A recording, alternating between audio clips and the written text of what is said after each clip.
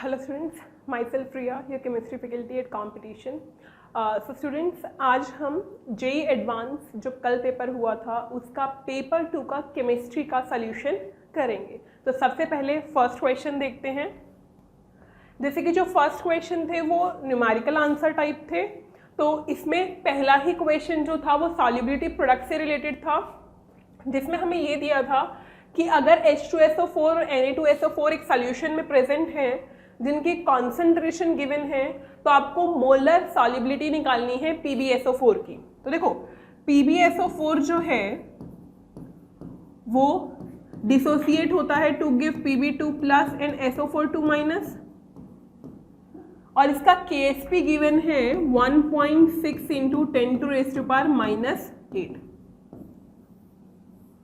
अगर हमें सीधा ही बोलता, सीधा अगर सोल्यूशन एक्वस लेके बोलता तो हम डायरेक्ट ही कर देते S² is equal to 1.6 into 10⁻⁸। But उसने ऐसा ना करके ना H2SO4 और Na2SO4 का एक सोल्यूशन, एक मिक्सचर दिया है और बोला है इसमें बताओ PbSO4 का solubility.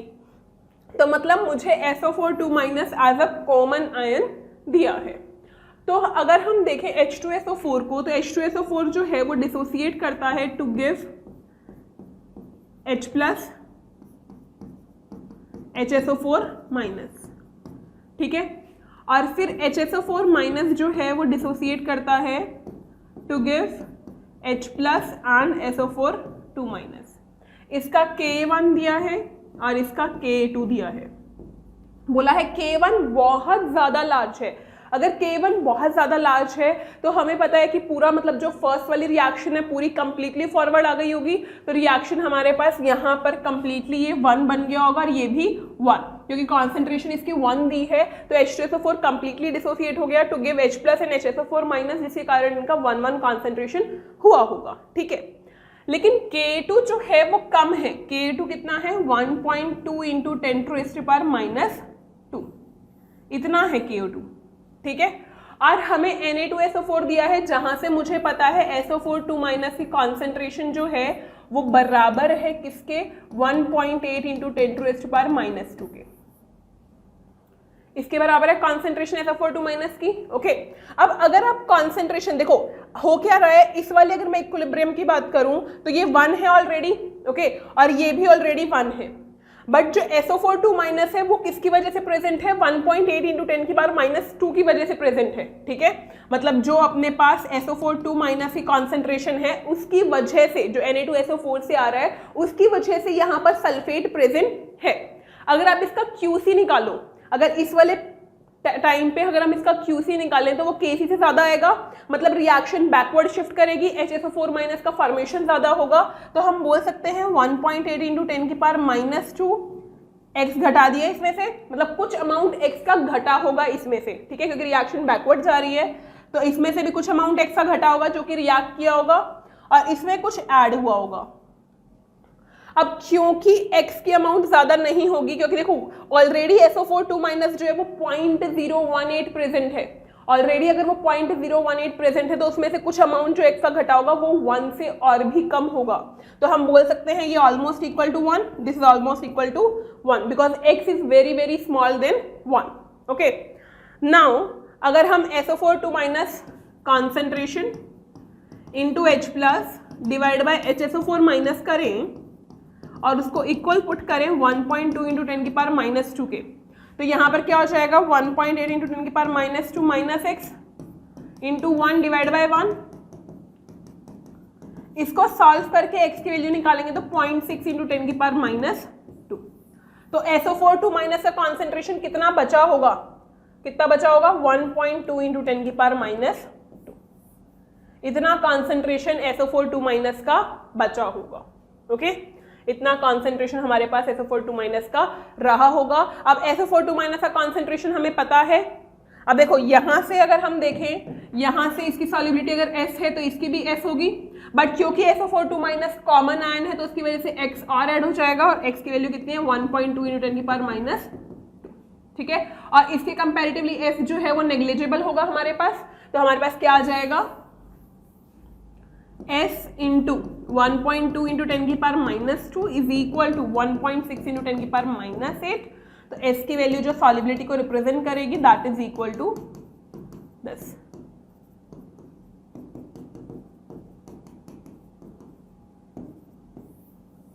Answer is 6। Answer is, देखो नोटेशन इसमें बताना था, x की वैल्यू 1.33 है, y की वैल्यू क्या हो जाएगी, आंसर 6 आ जाएगा। क्लियर?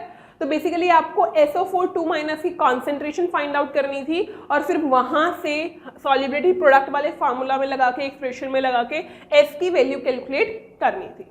नेक्स्ट क्वेश्चन की बात करते हैं। नेक्स्ट क्वेश्चन सॉल्यूशन स्टेट से है, डायरेक्ट ऑलमोस्ट फार्मूला बेस्ड ही है। अगर आप ध्यान से देखें तो एक्वस सॉल्यूशन जो है वो एक आयनिक सॉल्ट के मिलाने से बन रहा है, जिसकी आयनिक सॉल्ट की मोल्स दिए हैं। मान लो हमारे पास स्मॉल n जो है वो सॉल्यूट को रिप्रेजेंट कर रहा है, इसके मोल 0.1 दिए है मैम, ठीक है। और वाटर का मास दिया है, मतलब अगर मैं सॉल्वेंट की बात करूं तो वो कैपिटल N है और उसका मुझे मास दिया है। अगर पानी का मास दिया है तो मोल से निकाल ही लोगे ना। 1800 ग्राम दिया है, 1.8 kg है, उसको मैंने ग्राम में कन्वर्ट कर लिया तो 100 मोल आ गए मेरे पास सॉल्वेंट के, ठीक है। अब उसने ये बोला है कि सॉल्ट जो है वो 90% डिसोसिएटेड है। सॉल्ट 90% डिसोसिएट होने का मतलब क्या है बेटा, 0.9 अल्फा है हमारे पास। Degree of dissociation is what, 0.9, ठीक है। अब यहाँ पर vapour pressure of the solution कितना दिया है, देखो सारी चीजें लिख लो एक बार, जब लिख लेते हैं तो क्लेरिफिकेशन आ जाता है कि ये दिया है और ये पूछा है, ये दिया है और हमें प्योर सॉल्वेंट का दिया है 60 mm of Hg, okay.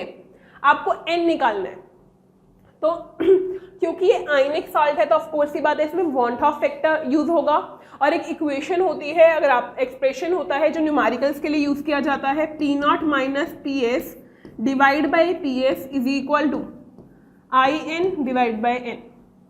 I is here want of factor, N is number of moles of solute divided by number of moles of solvent। ये कहाँ से आता है मैम, ये आता है relative lowering in vapour pressure से।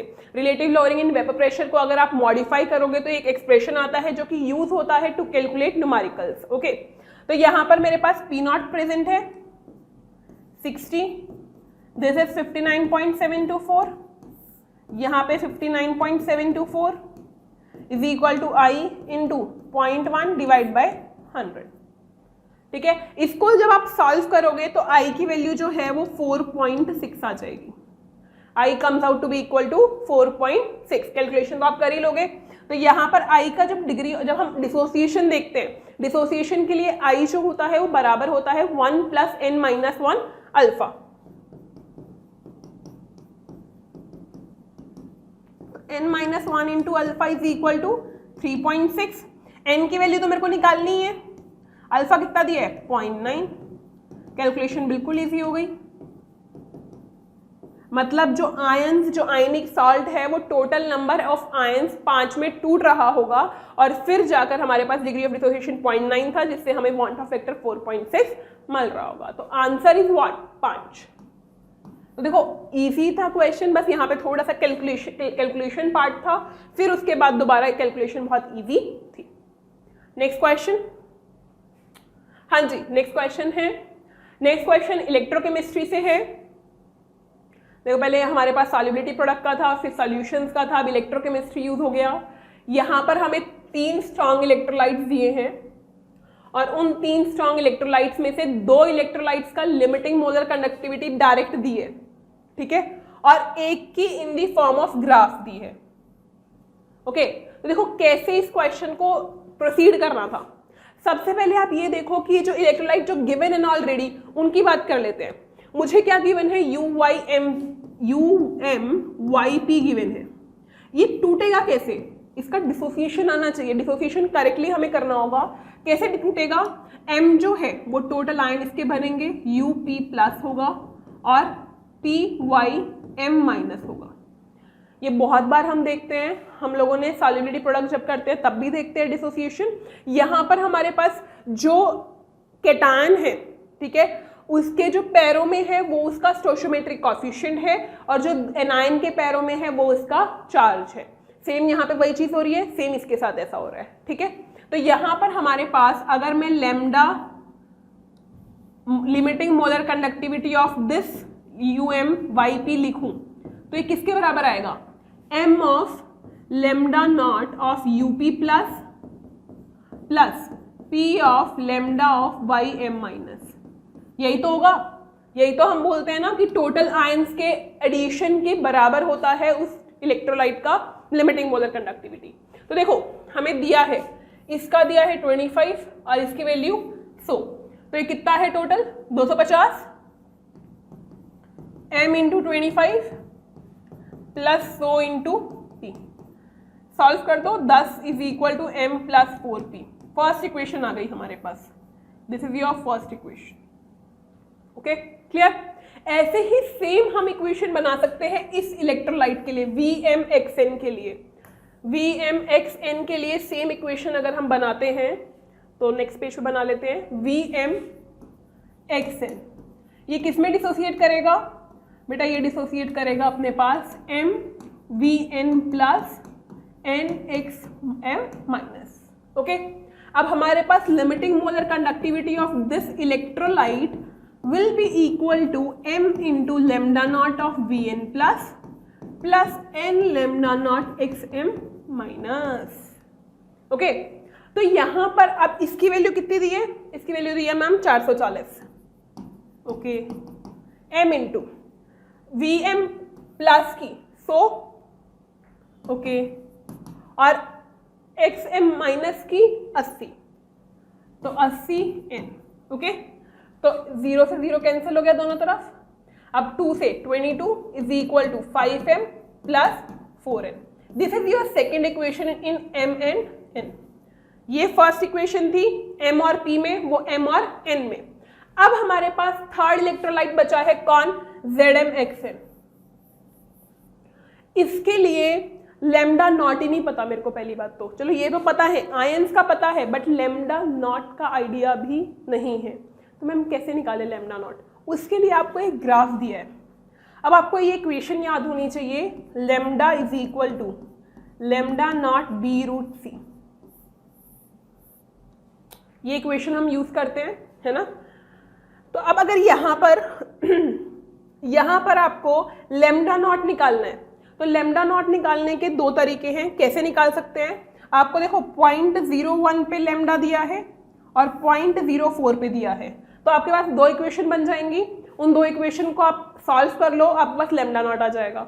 या फिर आप क्या करो, इस स्ट्रेट लाइन के लिए स्लोप निकाल लो, b, स्लोप इज b ना। अगर आप कंपेयर करो तो स्लोप क्या आ जाएगा, b है, माइनस b है बेसिकली स्लोप। तो जो स्लोप है वो निकाल लो, y2 minus y1 divide by x2 minus x1 करके, और जो स्लोप की वैल्यू है वो यहाँ पुट कर दो, कॉन्सेंट्रेशन ले लो एक, और लेमडा की वैल्यू ले लो एक, और आंसर आ जाएगा लेमडा नॉट का। ठीक है, लेकिन हम दो इक्वेशन बना के कर लेते हैं, कैलकुलेशन इजी हो जाएंगी। तो क्या आ जाएगा, मानो 339 लेके चल रहे हैं हम, 339 लेमडा है, lambda naught minus B root C. C कितना है अपने पास, 10 की पावर माइनस 2, 10 की पावर माइनस 2 का रूट कितना आ जाएगा, 10 की पावर माइनस 1, मतलब 0.1। ठीक है, अब यहाँ पर देखें तो 336 लेमडा नॉट माइनस बी 0.04 का रूट, 0.04 का रूट कितना होता है 10 की पावर माइनस 2 का रूट 10 की पावर माइनस 1, 4 का 2, तो 0.2। Okay clear. अब इसको 2 से मल्टीप्लाई करके माइनस कर दो, 2 से मल्टीप्लाई करके माइनस कर दो, तो कितना आ जाएगा,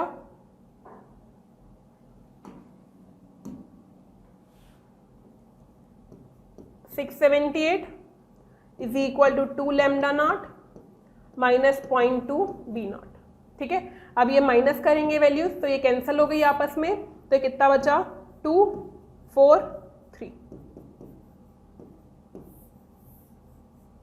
342, कितना आया 342। Okay clear. तो अब मेरे पास ZmXn का वैल्यू आ गई 342। ओके, तो अब इसके लिए लिख लो ZmXn डिसोसिएट करेगा to give MZn plus NXm minus. तो मैम यहाँ पर क्या हो जाएगा, lambda naught of ZmXn is equal to m of lambda naught of Zn plus n of lambda naught xm minus. Okay, तो Zn प्लस कितना दिया है 50 प्लस xn माइनस कितना दिया है 80 n into 80 and this is equal to 342. Okay clear. तो कितना आ जाएगा, अगर आप कैंसिल करना चाहो, इसे करने की जरूरत नहीं है, इसको एज इट इज रख लो. This is third equation. अब देखो ये mn में है, ये mn में है, दो वेरिएबल है, दो इक्वेशन है, तो mn की वैल्यू आ जाएगी. तो हम क्या करेंगे, इंटू 10 करके माइनस कर देंगे. तो 220 is equal to 50m plus 40n. इसमें से माइनस करेंगे तो कितना आ जाएगा, 220 50m प्लस 40n.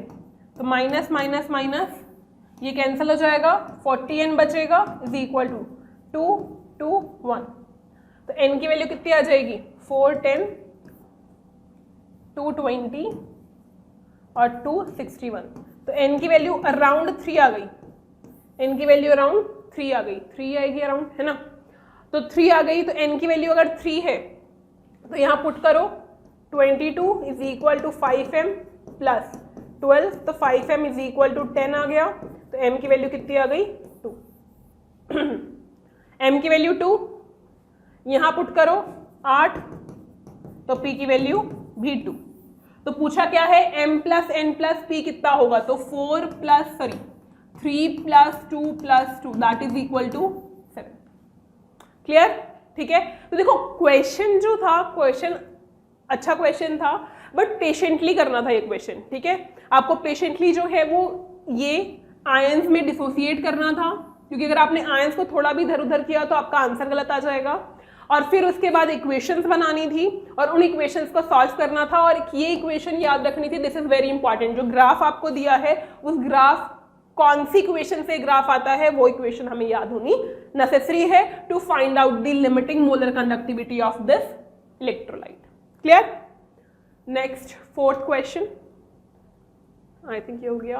हाँ, ये इनऑर्गेनिक का क्वेश्चन है, हेलोजन एंड नोबल गैस से है. आपको बोला है Xg प्लस O2F2 रिएक्ट कर रहा है to give a compound.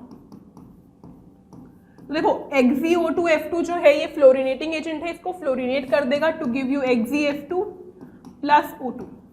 This is your compound P, XgF2. और वो XgF2 जो है रिएक्ट करेगा वाटर से, हाइड्रोलाइसिस करा रहे हैं ना, हाँ हाइड्रोलिसिस, कंप्लीट हाइड्रोलिसिस करा रहे हैं XgF2 की. तो कंप्लीट हाइड्रोलिसिस मतलब Xg, हमें पता है XgF2 के लिए जो हाइड्रोलिसिस होती है वो रिडॉक्स रिएक्शन होती है.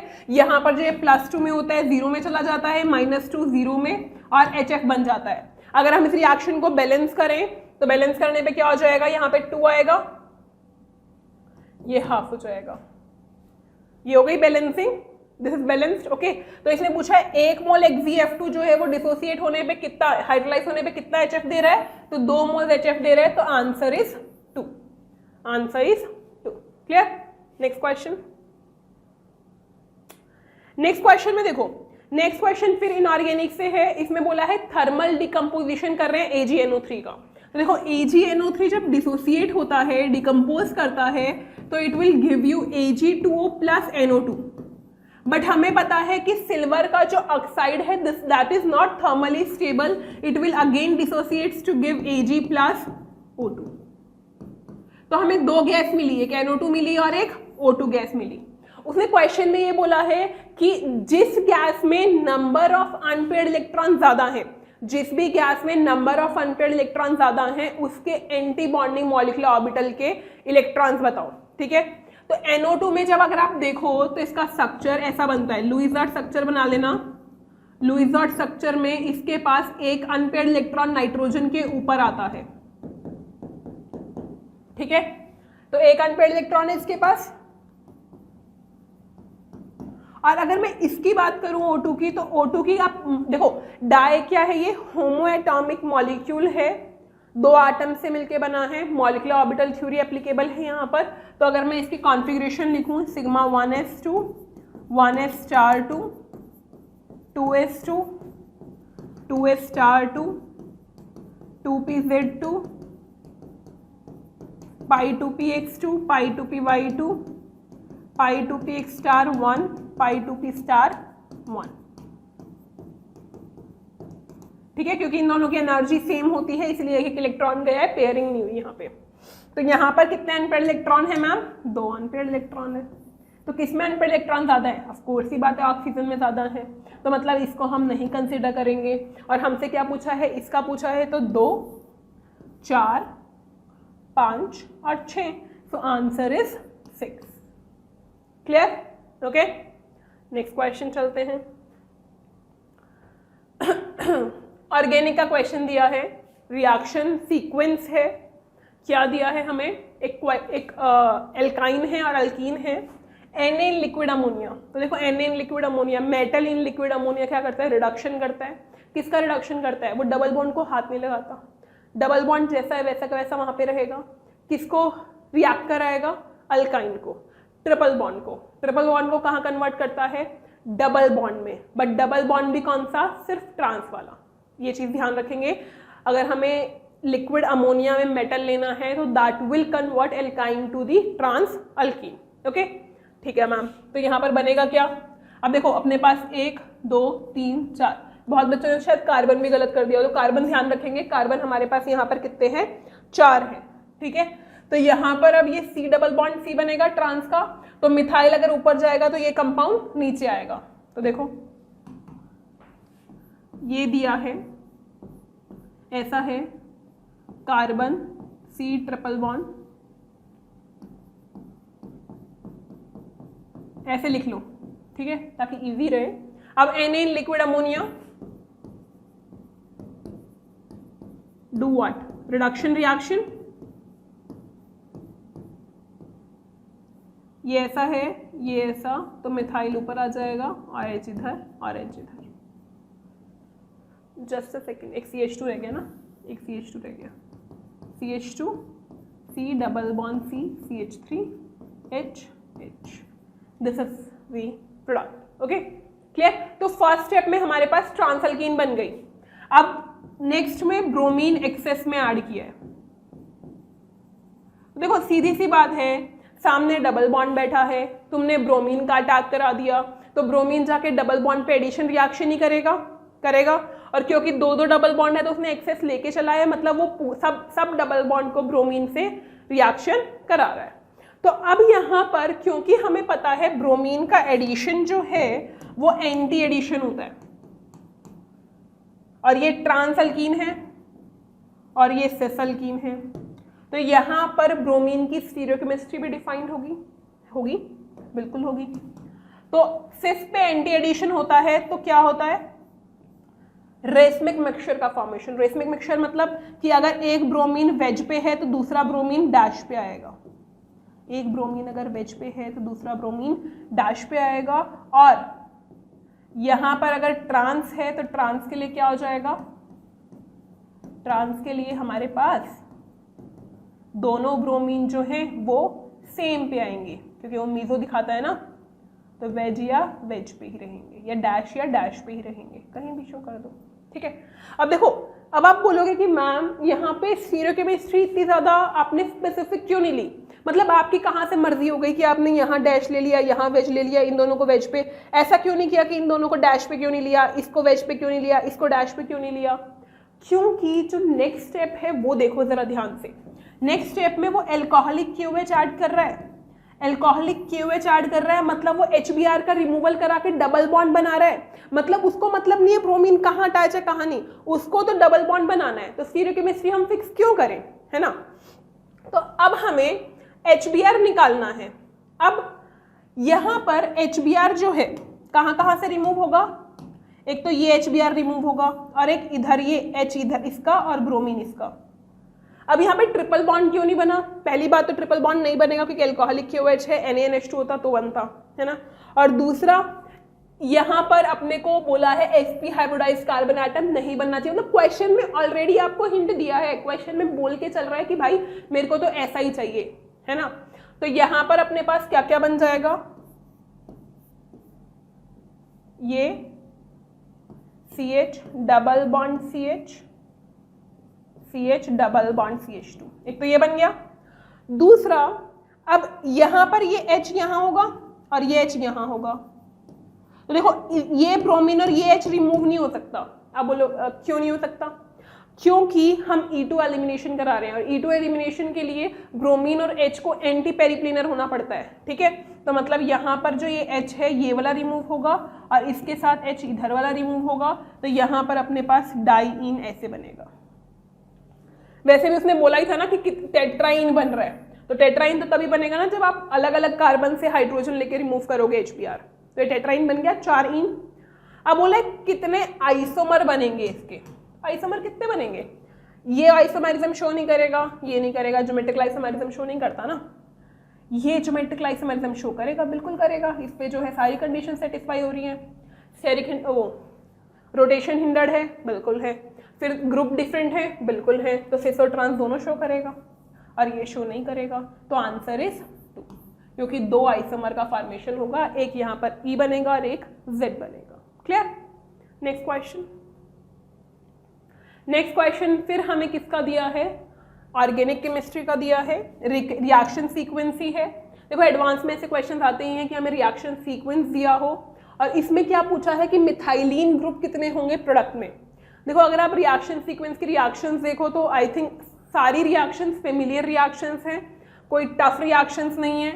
सबसे पहले क्या दिया है, रिडक्टिव ओजोनोलिसिस। रिडक्टिव ओजोनोलिसिस तो आप कितनी बार कर चुके हो कि इस डबल बॉन्ड को तोड़ दो, यहाँ डबल बॉन्ड हो, यहाँ डबल बॉन्ड हो, और क्योंकि दोनों प्रोडक्ट सेम बन रहे हैं तो एक ही प्रोडक्ट लेके चल लेते हैं, ये ब्यूटेनल, ब्यूटेनल बन रहा है, 2 मोल ऑफ ब्यूटेनल बन रहे हैं, ठीक है। उसके बाद KMnO4, KMnO4 क्या करेगा, KMnO4 बेचारा ऑक्सीडाइजिंग एजेंट है, ऑक्सीडेशन ही करेगा। किसका ऑक्सीडेशन करेगा मैम, एल्डिहाइड का ही करेगा। किस में कन्वर्ट करेगा, कार्बोक्सिलिक एसिड में। क्या बना देगा, this is your carboxylic acid.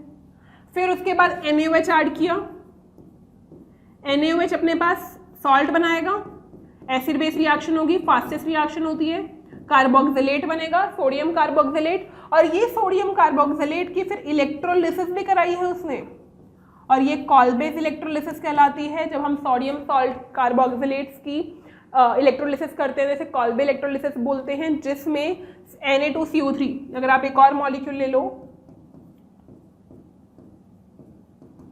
तो ये रिमूव हो जाएगा, ये पूरा पोर्शन रिमूव हो जाएगा अपने पास, और ये दोनों आपस में ज्वाइन हो जाएंगे टू गिव यू हेक्सेन 2 4 6। मतलब यहाँ पर CO2 रिमूव होने के बाद, 2 मोल्स में CO2 रिमूव होने के बाद रेडिकल बनता है, और वो रेडिकल आपस में ज्वाइन हो जाते हैं to give you the twice the number of carbon atom present in this compound, ठीक है। ये बन गया। अब इसमें Cr2O3 ऐड किया,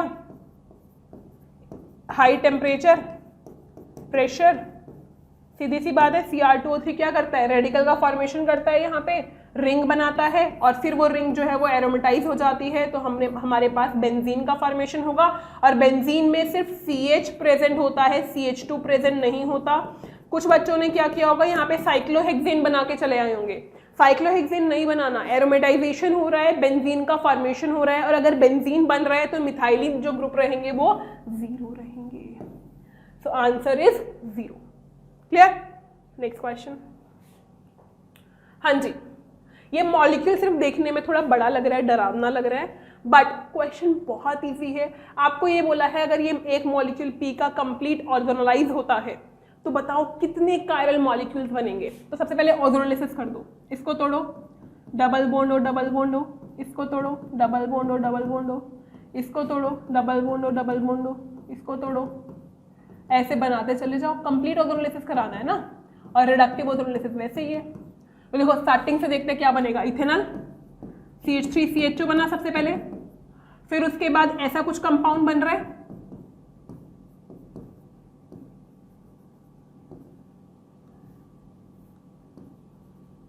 मिथाइल OH।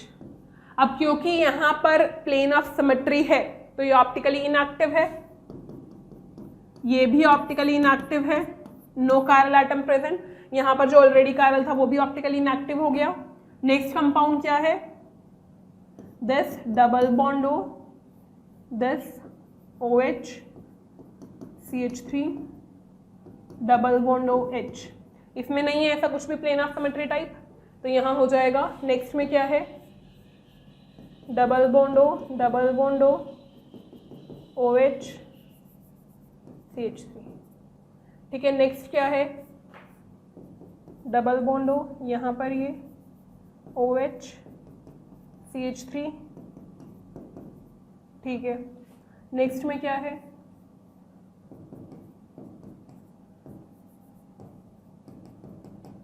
और नेक्स्ट क्या है, तो देखो अगर हम बात करें अब थर्ड मॉलिक्यूल की, अगर हम थर्ड मॉलिक्यूल की बात करें तो थर्ड ऑप्टिकली एक्टिव है, ऑप्टिकली एक्टिव है बिल्कुल, प्लेन ऑफ सिमेट्री नहीं है ना, तो ये ऑप्टिकली एक्टिव होगा, एक कायरल सेंटर रहेगा, चारों ग्रुप डिफरेंट है, चारों ग्रुप डिफरेंट होने के कारण यहाँ पे ऑप्टिकल एक्टिविटी मेंटेन रहेगी। यहाँ पे ऑप्टिकल एक्टिविटी खत्म हो जाएगी क्योंकि दोनों ग्रुप सेम हो गए, यहाँ ऑप्टिकल एक्टिविटी मेंटेन रहेगी, यहाँ भी खत्म हो गई और यहाँ भी नहीं होगी, तो ये दोनों ऑप्टिकली एक्टिव हैं एक दूसरे के, इनांशोमर्स भी हैं एक दूसरे के। कुछ गड़बड़ कर दी क्या, नहीं बिल्कुल सही है, ठीक है। तो ये अपने पास दो ऑप्टिकल आइसोमर्स हैं, तो आंसर क्या हो गया, दो कायरल मॉलिक्यूल जो है वो हमें इस रिएक्शन से मिलेंगे, ठीक है। तो बेसिकली यहाँ पर मोस्ट इंपॉर्टेंट काम क्या था कि यहाँ पर जो इतना बड़ा मॉलिक्यूल दिया है उसको अच्छे से पहले आप ओजोनलाइज करो और सारे प्रोडक्ट लिखो, ठीक है। अगर एक भी प्रोडक्ट छूटा तो आंसर गलत, क्लियर। नेक्स्ट चलते हैं, ये तो था हमारे पास सेक्शन 1, सेक्शन ए, जिसमें हमारे पास सारे NAD टाइप क्वेश्चन थे। अब हम सेक्शन बी सॉल्व करेंगे। देखो सेक्शन बी में मल्टीपल चॉइस क्वेश्चन थे, सेक्शन बी में मल्टीपल चॉइस क्वेश्चन थे, और यहाँ पर हमारे पास पहला ही क्वेश्चन जो है वो मल्टीपल प्रोपोर्शन से दिया था, प्रिंसिपल ऑफ मल्टीपल प्रोपोर्शंस।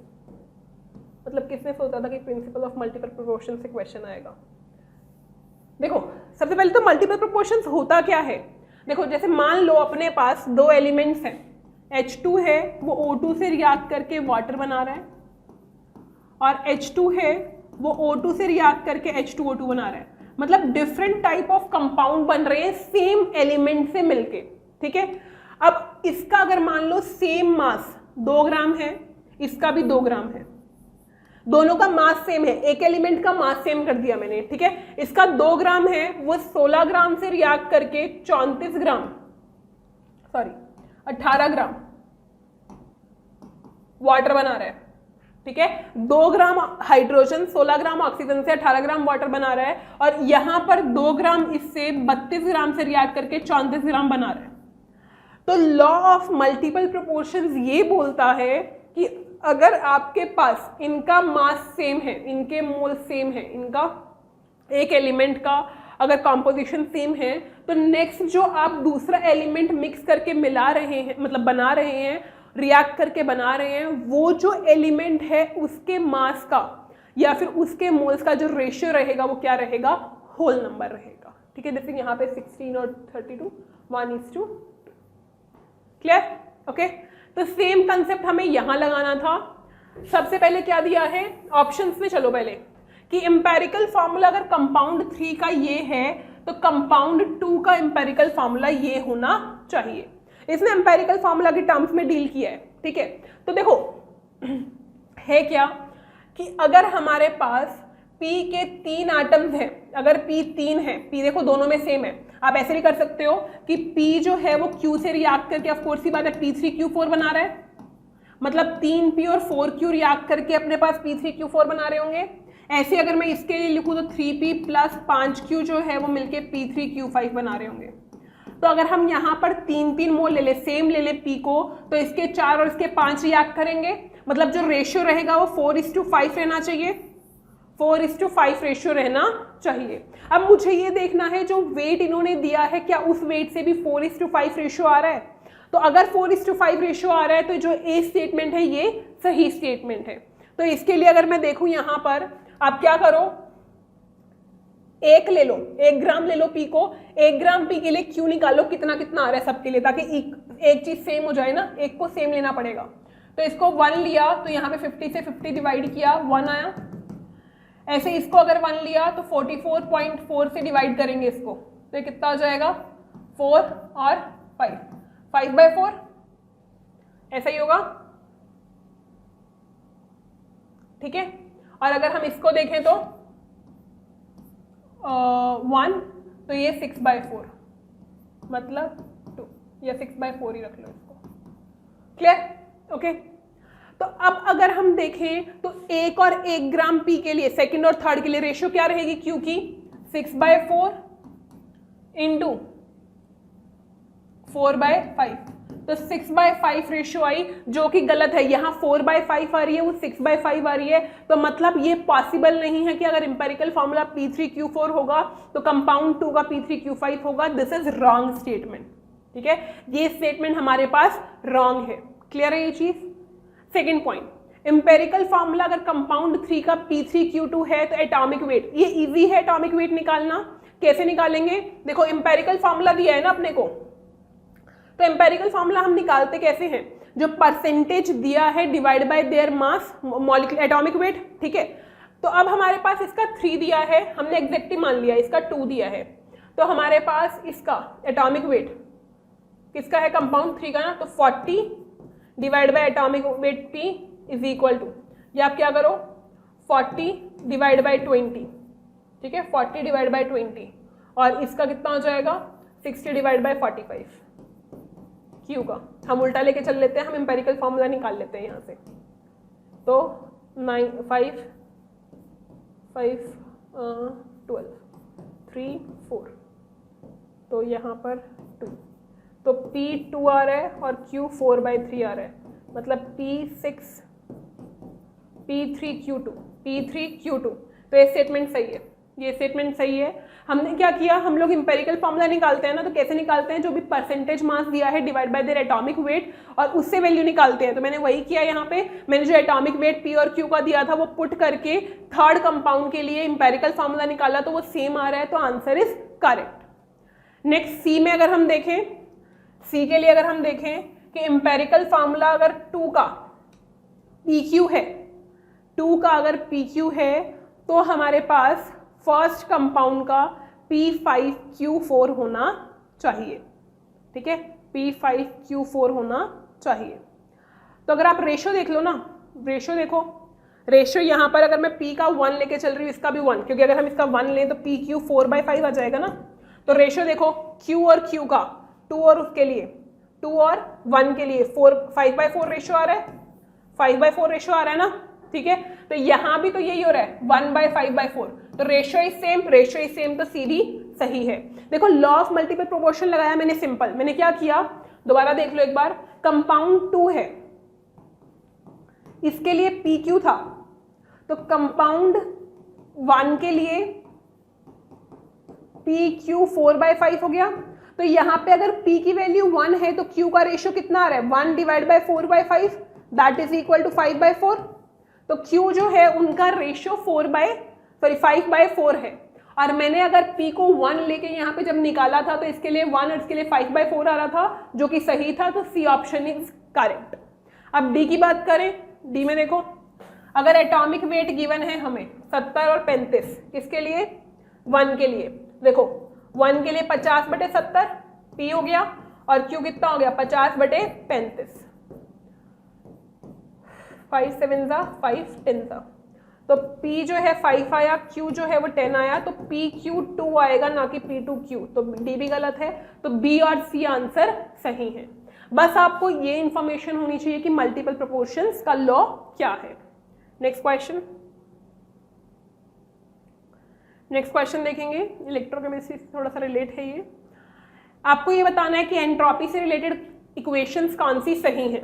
देखो पहला दिया है कि अगर मेरे पास ये रिएक्शन है तो इसके लिए dE/dt गिवन है, तो एंट्रोपी चेंज क्या होगा।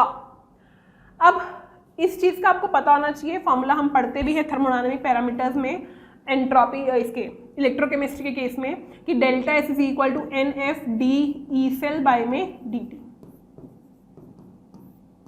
ये होता है, ठीक है। Where n is the number of electrons involved in the reaction, F is the Faraday constant और dE cell by dt is R/F में दिया है। तो delta S is equal to NF into R/F, तो ये कैंसल NR के बराबर। अब N की वैल्यू क्या है, देखो M सॉलिड जो है वो M2 प्लस में जा रहा है, ऑक्सीडाइज हो रहा है, और H प्लस जो है वो रिड्यूस हो रहा है इलेक्ट्रॉन लेके, तो हमारे पास जो नंबर ऑफ इलेक्ट्रॉन इन्वॉल्व है वो 2 है, तो delta S is 2R। Okay ma'am, तो तो इसने दिया कितना है R, तो पहला ही गलत हो गया है, A is wrong. Okay, B की बात करते हैं। बोला है एक सेल रिएक्शन है ये, this is concentration cell, as you can see this is concentration cell, anode और कैथोड पे सेम है हाइड्रोजन। तो हमारे पास जो कॉन्सेंट्रेशन सेल है उसके लिए E0 cell is 0, E cell is equal to -2.303 RT by NS log concentration of product divided by concentration of reactant। अब अगर हम इसके लिए लिखें तो H2 एनोड पे 2H प्लस, कौन सा 2H प्लस, 0.01 वाला, और क्योंकि प्रेशर जो है वो 1 बार है दोनों गैसेस का तो उसको कंसीडर नहीं करेंगे, इसको बोलेंगे कि कॉन्सेंट्रेशन सेल बनाया है due to difference in the concentration of electrolytes. Concentration cell हमारे पास दो तरीके से बनते हैं, एक बनता है due to difference in concentration of electrodes या फिर due to difference in partial pressure of that electrodes, ठीक है, और या फिर due to difference in concentration of electrolytes. Okay, तो ये इलेक्ट्रोलाइट वाला केस है, यहाँ पर 0.1 m है ये। ओके, इससे ये कैंसिल हो गया, 2H plus 0.1 m giving 2H plus 10 की पावर -2। तो यहाँ सॉल्व करोगे ना तो पॉजिटिव आ जाएगी वैल्यू, पूरा सॉल्व करने की जरूरत नहीं है, बस आपको तो आइडिया होना चाहिए 10 की पावर -2, 10 की पावर -1, ये स्क्वायर था तो आगे आ जाएगा, ये -10 की पावर -1 बचेगा, -1 से प्लस हो जाएगा। तो ई सेल पॉजिटिव मतलब delta G is delta S भी positive, delta S is greater than 0, delta S is equal to NF/D E cell by dt होता है, तो अपने पास डेल्टा S ग्रेटर देन 0 आ गया, तो ये क्या हो जाएगा, एंट्रोपी ड्रिवन प्रोसेस हो जाएगा हमारे पास। ओके, डेल्टा G जो है वो क्या हो जाएगा अपने पास, नेगेटिव हो जाएगा, स्पॉन्टेनियस होगा। Next, for racemisation of N optically active compound, देखो ऑप्टिकली एक्टिव कंपाउंड है कोई, उसका रेसमाइजेशन कर रहे हैं, तो जब रेसमाइजेशन करेंगे ऑप्टिकली एक्टिव कंपाउंड का तो हमारे पास मोल्स बढ़ेंगे, ठीक है। मान लो ऑलरेडी S प्रेजेंट था, S अल्कोहल है, उससे हमने कुछ भी अल्काइल हैलाइड या कुछ भी बनाया तो उसके 2 मोल आए, मतलब एक मोल आया R का और एक आया S का, तो हमारे पास मोल्स बढ़ गए, तो एंट्रोपी क्या होगी, इंक्रीज करेगी, तो delta S is greater than 0। अब यहाँ पर अगर आप देखो नेक्स्ट रिएक्शन D में भी नंबर ऑफ मोल्स बढ़ रहे हैं, ये 1 + 3 4 मोल थे रिएक्टेंट साइड और प्रोडक्ट साइड 7 है, तो मोल्स बढ़ेंगे तो डेल्टा S ग्रेटर देन 0, तो B C D answer. Next question देखो, बोरोन जो है वो अमोनिया से रिएक्ट करके बोरोन नाइट्राइड का फॉर्मेशन नहीं करता, तो ये तो नहीं होगा आंसर। B2H6 की बात करें तो ये एक्सेस में अमोनिया लेने पे, हाई टेम्परेचर की कंडीशन लेने पे प्रेशर की, तो बोरोन नाइट्राइड का फॉर्मेशन करता है, ठीक है। आपने देखा होगा B2H6 और अमोनिया का अलग अलग प्रोपोर्शन और अलग अलग कंडीशंस लेने पे वो बोरेजीन या फिर बोरोन नाइट्राइड ऐसे टाइप के कंपाउंड बनाता है, तो बी आंसर सही है। B2O3 में भी ऐसा ही होगा, B2O3 और अमोनिया में पहले वही अडक्ट फॉर्मेशन टाइप होगा, फिर अगर हम जब हीट करेंगे, हाई टेम्परेचर पे हीट करेंगे तो अमोनिया डिकम्पोज कर जाएगा टू गिव N2 + H2, और H2 जो है जाकर वाटर ऑक्सीजन से रिएक्ट करके वाटर बना लेगा, और B2 और N2 रिएक्ट करके बोरोन नाइट्राइड का फॉर्मेशन कर लेंगे हाई टेम्परेचर पे, तो सी भी सही है। HbF4 जो है वो इससे रिएक्ट नहीं करेगा, तो ये भी गलत है। ओके, एसिड बेस रिएक्शन हो जाएगी, यहाँ पे HF निकलेगा, वो रिएक्ट कर जाएगा। नेक्स्ट, हाँ जी, 900 से 1500 केल्विन के बीच, मतलब ये टेम्परेचर रेंज दिया है आपको, तो जब हम ब्लास्ट फर्नेस, मतलब जब आयरन का एक्सट्रैक्शन करते हैं उसके ओर से, तो उस ब्लास्ट फर्नेस में अलग अलग टेम्परेचर जोन होते हैं, ठीक है। तो इस टेम्परेचर जोन में कौन कौन सा ऑप्शन, मतलब इस टेम्परेचर रेंज के लिए कौन कौन से ऑप्शन सही है। तो देखो इस टेम्परेचर रेंज में क्या होता है, एक तो जो कैल्शियम ऑक्साइड है, लाइमस्टोन, कैल्शियम कार्बोनेट जो है वो डिकम्पोज करता है टू गिव CaO + CO2, और वो जो CaO है वो सिलिका इम्प्योरिटी से रिएक्ट करता है to give slag. This is flux, this is flux, this is impurity, gangue जिसे बोलते हैं, this is slag, calcium silicate. Okay, तो लाइमस्टोन जो है वो सिलिकेट इंप्योरिटी को रिमूव करता है, ए सही है। B, pig iron obtain from blast furnace contains about 4% carbon.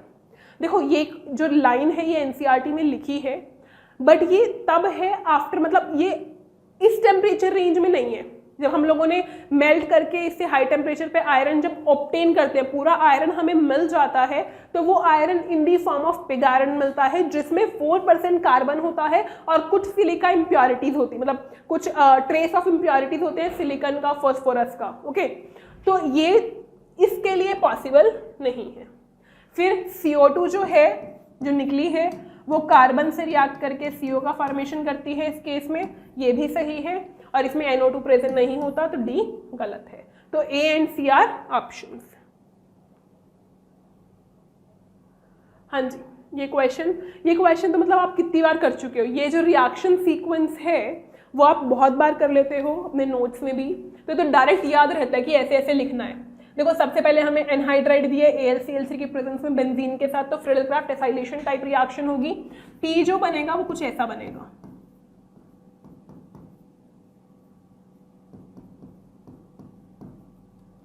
सबसे पहले ये बन गया P, ठीक है। अब जिंक HgHCl क्लेमेंसन रिडक्शन करता है। क्लेमेंसन रिडक्शन क्या करता है, CO को CH2 में कन्वर्ट करता है और कार्बोक्सिलिक एसिड और उनके डेरिवेटिव्स को हाथ नहीं लगाता, ठीक है। तो यहाँ पर क्या हो जाएगा, Q क्या बनेगा हमारे पास, कार्बोक्सिलिक एसिड ही बनेगा, बट ये वाला। अब SOCl2 डाला है तो वो OH को रिप्लेस करके एसिड क्लोराइड बनाएगा, डेरिवेटिव फॉर्मेशन। R जो बनेगा वो बनेगा ये, ठीक है। फिर AlCl3 की प्रेजेंस में ये AlCl4 माइनस बन के निकल जाएगा और यहाँ पर कार्बोनिल ये कैटायन बनेगा CO एसाइलिनियम आयन, जो कि पड़ोस वाले बेंजीन पे रिएक्ट करेगा ऑर्थो पोजीशन पे, to give again second Friedel Crafts acylation reaction, ये बनेगा। अब यहाँ पर दोबारा Clemmensen reduction to give you hydrocarbon this. Is this clear? Okay. अब क्या क्या पूछा है, पहले मैंने बना लिया, मतलब ये रिएक्शन सीक्वेंस तो बहुत इजी है, बना लिया। अब पूछा है P और Q क्या कार्बोक्सिलिक एसिड्स हैं? बिल्कुल हैं। क्या S ब्रोमीन वाटर को डीकलराइज करता है? S में क्या ये काबिलियत है? देख लो क्या कर देगा, क्या S फिनॉल करता है, या फिर unsaturated compound like double bond, triple bond. Benzene react नहीं करता, बेंजीन एडिशन रिएक्शन शो ही नहीं करता, एडिशन रिएक्शन शो नहीं करेगा तो ब्रोमीन वाटर को डीकलराइज नहीं करेगा। P और S हाइड्रोक्सिल अमीन से रिएक्ट, देखो जिस पे भी कार्बोनिल प्रेजेंट होगा वो हाइड्रोक्सिल अमीन से रिएक्ट करके वाटर रिमूव करके ऑक्साइन बनाने की टेंडेंसी रखते हैं। This is oxine, okay, this is oxine. तो ये स्टेटमेंट सही है। P के पास और S के पास दोनों के पास कार्बोनिल है, तो दोनों के साथ ऑक्साइन बन सकता है। R क्या एल्काइल, डाई एल्काइल कैडमियम। देखो डाई एल्काइल कैडमियम क्या होता है, ये है R2CD। जैसे आप गिलमन्स रिएजेंट पढ़ते हो, ग्रिग्नार्ड पढ़ते हो, ग्रिग्नार्ड तो बहुत रिएक्टिव होता है, हाईली रिएक्टिव, तो सबके साथ रिएक्ट कर जाता है, इसको तो लेने की जरूरत ही नहीं है। बट इसे गिलमन रिएजेंट हर किसी से रिएक्ट नहीं करता, वैसे डाई एल्काइल कैडमियम हर किसी से रिएक्ट नहीं करता। ये कीटोन से रिएक्ट नहीं करेगा, मतलब अगर इसके पास एसिड हैलाइड है ना, तो वो एसिड हैलाइड के साथ रिएक्ट करके कीटोन बना लेगा, लेकिन उसके आगे हिम्मत नहीं है इसकी कि इसको टर्शियल अल्कोहल में कन्वर्ट करे। तो डी ऑप्शन नहीं होगा, तो answer is A and C. Next question, polymer का क्वेश्चन आ गया। पॉलीमर्स, देखो अब पॉलीमर से जो क्वेश्चन था उसमें सबसे पहला ही दिया है कि क्लोरोप्रिन से नेचुरल रबड़ बनता है क्या। अब ये तो आप याद करके जाते हो, है ना। पॉलीमर्स के हम लोग मोनोमर से सबके याद करते ही हैं, और नेचुरल रबड़ का हमें पता है आइसोप्रिन होता है, ना कि क्लोरोप्रिन। आइसोप्रिन कैसा दिखता है, ऐसा दिखता है, और जब ये पॉलीमराइज होता है तो ये ऐसा दिखता है। तो दिस इज नेचुरल रबड़, तो ये ऑप्शन तो गलत है। बी, टेफ्लॉन जो है वो टेट्राफ्लोरोइथीन से बनता है, बिल्कुल। परसल्फेट, परसल्फेट क्या करेगा, देखो ये आपको इतना अगर याद भी नहीं होता ना तो चल जाता काम। कैसे, परसल्फेट दिया है, परसल्फेट मतलब पर उस पर ऑक्सीजन ऑक्सीजन पर ऑक्सी लिंकेज प्रेजेंट है, और वो हमारे पास रेडिकल इनिशिएटर का काम कर रहा है, रेडिकल का फॉर्मेशन करेगा और टेट्राफ्लोरोइथेन टेफ्लॉन बनाएगा। PTAC भी बोलते हैं इसको, पॉलीटेट्राफ्लोरोईथेन, तो this is correct. PVC, polyvinyl chlorides, vinyl chloride is this, है ना, और पॉलीविनाइल क्लोराइड क्या हो जाएगा, CC। तो ये थर्मोप्लास्टिक होते हैं। देखो दो टाइप के फाइबर्स, इलास्टोमर्स, फिर थर्मोप्लास्टिक और थर्मोसेटिंग प्लास्टिक्स। तो थर्मोप्लास्टिक्स वो होते हैं जिनको रिमोल्ड किया जा सकता है मेल्ट करके, जिनकी शेप चेंज की जा सकती है, हीट करके, कूल करके हम उसे चेंज कर सकते हैं। तो पॉलीविनाइल क्लोराइड्स जो है वो यूज होते हैं डिफरेंट टाइप ऑफ प्लास्टिक्स वगैरह बनाने में, तो इसीलिए ये थर्मोप्लास्टिक पॉलीमर है। थर्मोसेटिंग वाले जैसे बेकेलाइट वगैरह हो गया वो जाएंगे जिसमें हम लोग रिमोल्डिंग नहीं कर सकते, ठीक है। नेक्स्ट है इथीन, जो है उसको इतने टेम्परेचर और इतने प्रेशर पे पर ऑक्साइड की प्रेजेंस में करेंगे क्या, तो वो हाई डेंसिटी पॉलीथीन बनाएगा। आपको पता है पॉलीथीन दो टाइप का होता है, एक होता है हाई डेंसिटी पॉलीथीन, एक होता है लो डेंसिटी पॉलीथीन, और यहाँ पर लो डेंसिटी पॉलीथीन का फॉर्मेशन होता है, ना कि हाई डेंसिटी पॉलीथीन का। तो ये ऑप्शन हमारे पास गलत है, तो answer is B and okay. तो ये हमारे पास था सेक्शन सेकेंड, जिसमें मल्टीपल चॉइस क्वेश्चन से। अब हम सेक्शन थर्ड पे चलते हैं। देखो अब सेक्शन सी जो था इसमें सिंगल चॉइस क्वेश्चंस हैं। पहला ही दिया है सॉलिड स्टेट से, मतलब सॉलिड स्टेट, सॉल्यूशन, इलेक्ट्रोकेमिस्ट्री, तीनों से ही पूछ लिया इस पेपर में। देखो एटम एक्स है, FCC लेटिस ऑक्यूपाई कर रहा है। FCC लेटिस का मतलब क्या हो गया मैम, FCC का मतलब हो गया फेस सेंटर पे है और कॉर्नर पे है। कॉर्नर पे है तो z की वैल्यू 1 होती है, 1/8 × 8 करके आता है, और अगर हम फेस सेंटर की बात करें तो ऐसे, तो टोटल वैल्यू 4 आ गई, मतलब x के 4 एटम प्रेजेंट है। उसने यही बोला है कि x जो है वो ऑल्टरनेट टेट्राहेड्रल वॉइड में भी है। जैसे डायमंड में होता है ना कि कार्बन ही लेटिस बना रहा है और कार्बन ही वॉइड्स में प्रेजेंट है, वैसा ही कुछ यहाँ पर हो रहा है कि x ने लेटिस बनाया है, x ही ऑल्टरनेट टेट्राहेड्रल वॉइड्स में है। टोटल वॉइड्स ऑल्टरनेट कितनी, टेट्राहेड्रल कितनी होती है, 8, तो 4 ऑल्टरनेट में होगा। तो टोटल x के एटम्स कितने हैं, 8। टोटल एटम्स x के मैम 8 हो गए, ओके। अब बतानी है पैकिंग एफिशिएंसी। पैकिंग एफिशिएंसी क्या होती है, number of volume occupied by atoms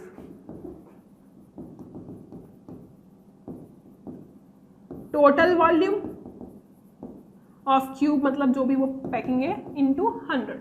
तो volume occupied by one atom is 4/3 pi r cube, और टोटल एटम कितने हैं, 8, डिवाइड बाय टोटल वॉल्यूम जो क्यूब की आती है वो a क्यूब होती है। एज लेंथ अगर a है तो volume of cube is a cube.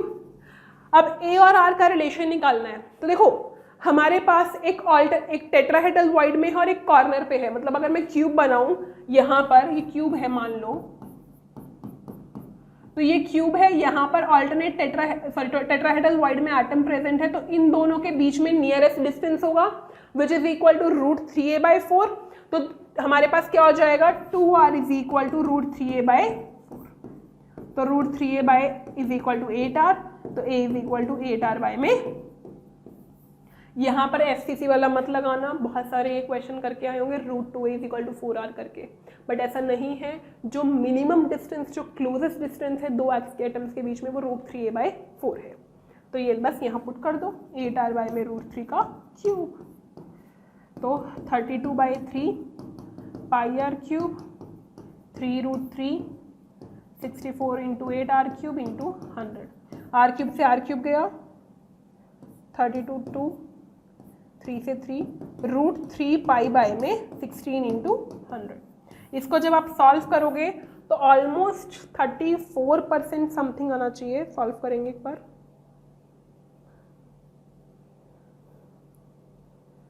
√3 into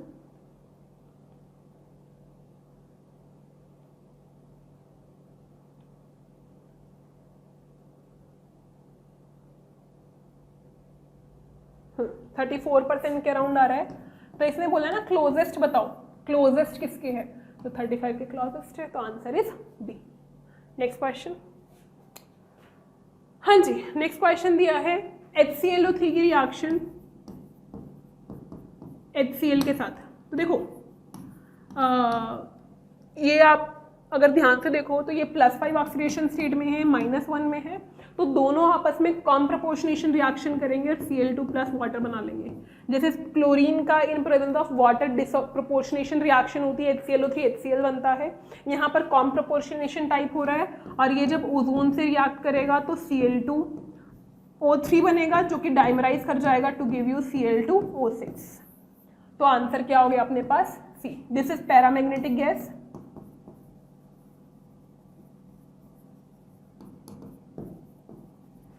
ClO3 ऐसा बनेगा,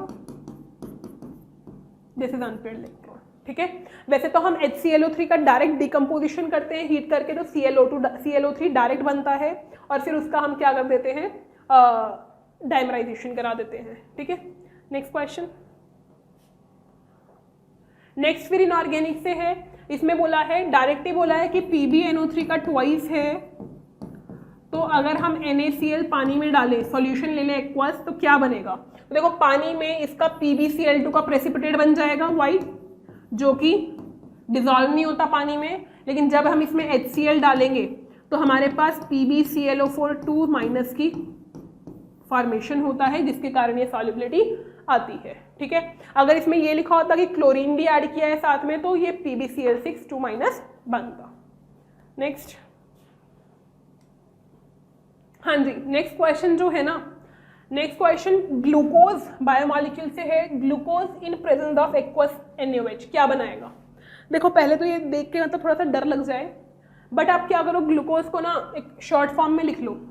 शॉर्ट फॉर्म में कैसे मैम? CHOOH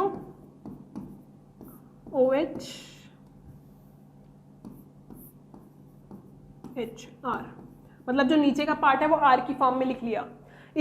ये जो रिएक्शन होती है ना NaOH की प्रेजेंस में, बेस की प्रेजेंस में, बेसिकली होता क्या है, सबसे पहले डाइइनॉल बनता है, मतलब इन डायोल बनता है। कैसे? ये H जो है माइग्रेट कर जाता है, टॉटोमेरिज्म शो करता है, COOH ऐसा कुछ बनता है। ठीक है, ऐसा कुछ बनेगा, इन डायोल बन गया, टॉटोमराइज किया है इन प्रेजेंस ऑफ बेस। अब हमारे पास बहुत सारी पॉसिबिलिटी, 3 पॉसिबिलिटीज हैं। कैसे? अब बेस की प्रेजेंस में या तो क्या करें, ये OH जो है वो आए, वो ऐसे आए वापस, और वापस जब वो आएगा तो 2 चीजें हो सकती हैं, या तो वो H यहाँ आए लेफ्ट हैंड साइड पे, या वो आए राइट हैंड साइड पे, मतलब उल्टा बोल दिया, राइट हैंड साइड पे या लेफ्ट हैंड साइड पे। तो अगर वो राइट हैंड साइड पे आता है तो अगेन डी ग्लूकोज ही बन गया ना, ग्लूकोज ऐसे ही होता है, ये सेम एज इट इज, नीचे की कॉन्फ़िगरेशन सेम रही ना। और अगर यहाँ पर आएगा तो अपने पास नीचे की कॉन्फ़िगरेशन वो ग्लूकोज वाली है, और अगर हमारे पास सिर्फ इस वाली पोजीशन पे चेंज आता है ग्लूकोज से, तो इसे मेनोज बोलते हैं। This is mannose, D mannose बन गया, ये डी ग्लूकोज बन गया अगेन।